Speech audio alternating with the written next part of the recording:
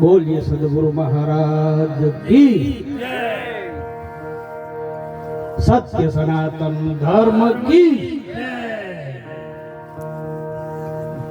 નટુરામ મહારાજ કી જો બધામાં શક્તિ તો છે ને મારા બાપ. આ શક્તિ આજે પ્રગટ કરવાની વાત છે.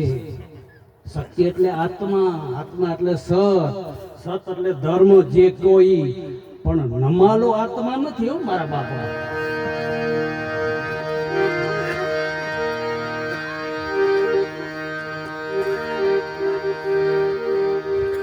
આત્મા આત્મા ખરો પણ આત્માનું સ્વરૂપ હોય.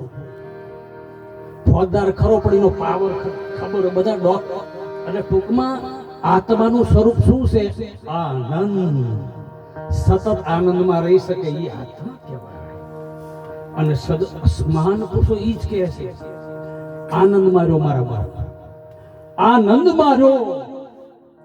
એ આનંદ ઘડી રે હેતે ભજવારી. એટલે આનંદ ઘડી, આ આનંદ ઘડી છે તો ઘડી પૂરતા ગારાની ગોરને એક પર મૂકી દો મારા બાપ, જો મજા લેવી હોય તો. એ આનંદ ઘડી રે હેતે ભજવારી.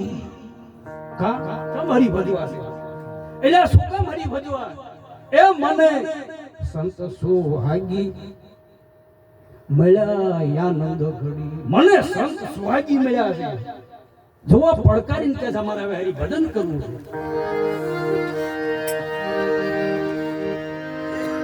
એક દોરનો આસરો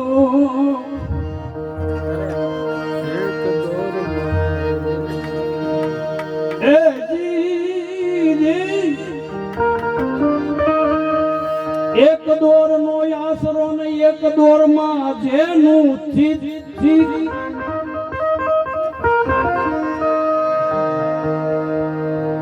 એવા સદગુરુ ને રીઝાવશે જેને જીતું મન જી. એ જેને જીતું મન યજી.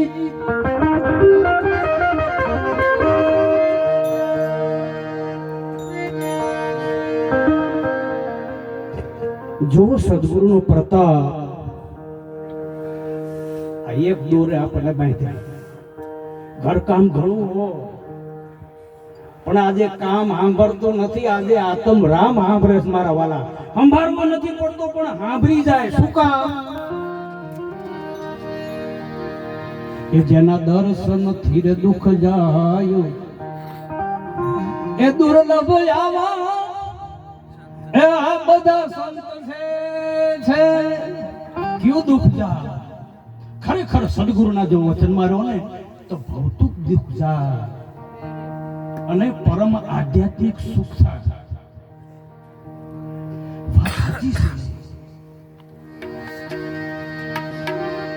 નિરાત્માપીએ કીધું છે હરતા ફરતા ધંધો કરતા ધ્યાન ધણીનું ધરવું ધરવું ધરવું.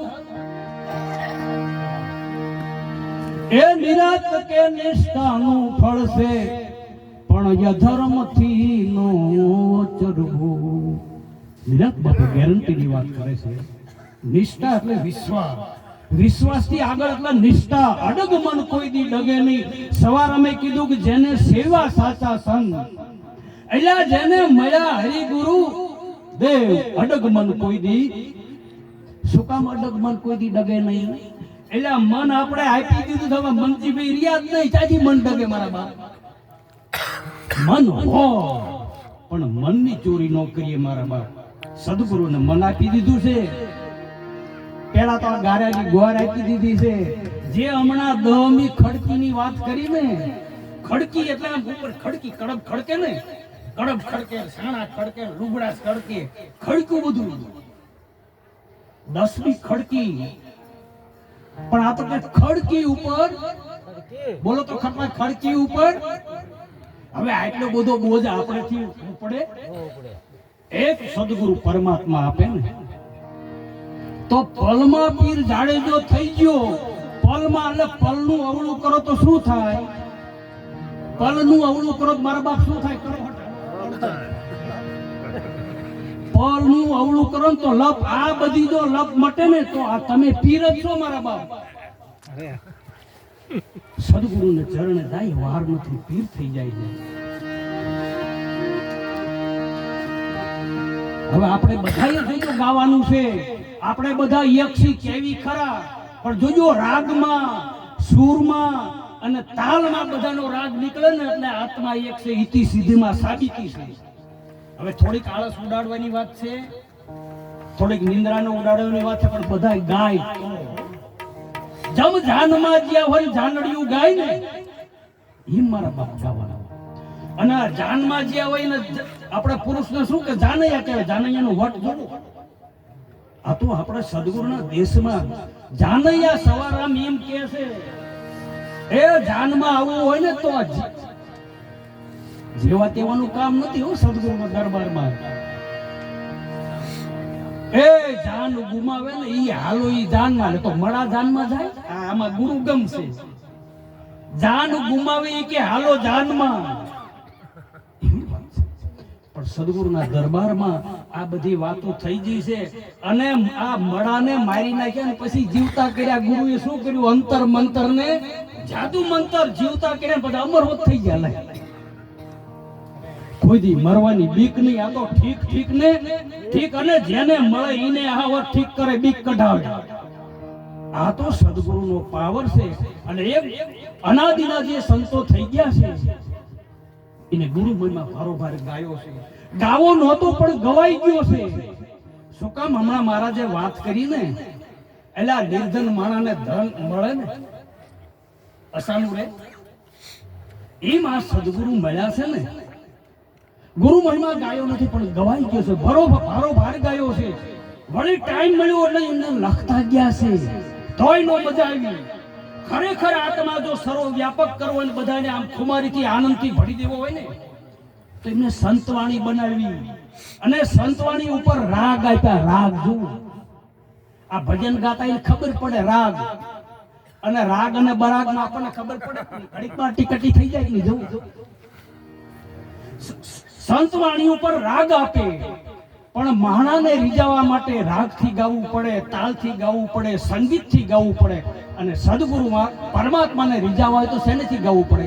અનુરાગથી ગાવું પડે. મહાન પુરુષોએ અનુરાગથી ગાયું છે. અને અનુરાગથી ગાતા ગાતા એ માનવ સમાજને આમ જો ચેતનથી ભરપૂર ભરી દીધા છે. એટલે આ જડવત આદમીને ચેતન બનાવ્યા.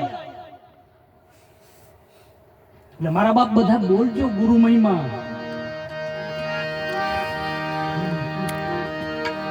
કે ધન ગુરુ દેવા મારા, ધન ગુરુ દાતા.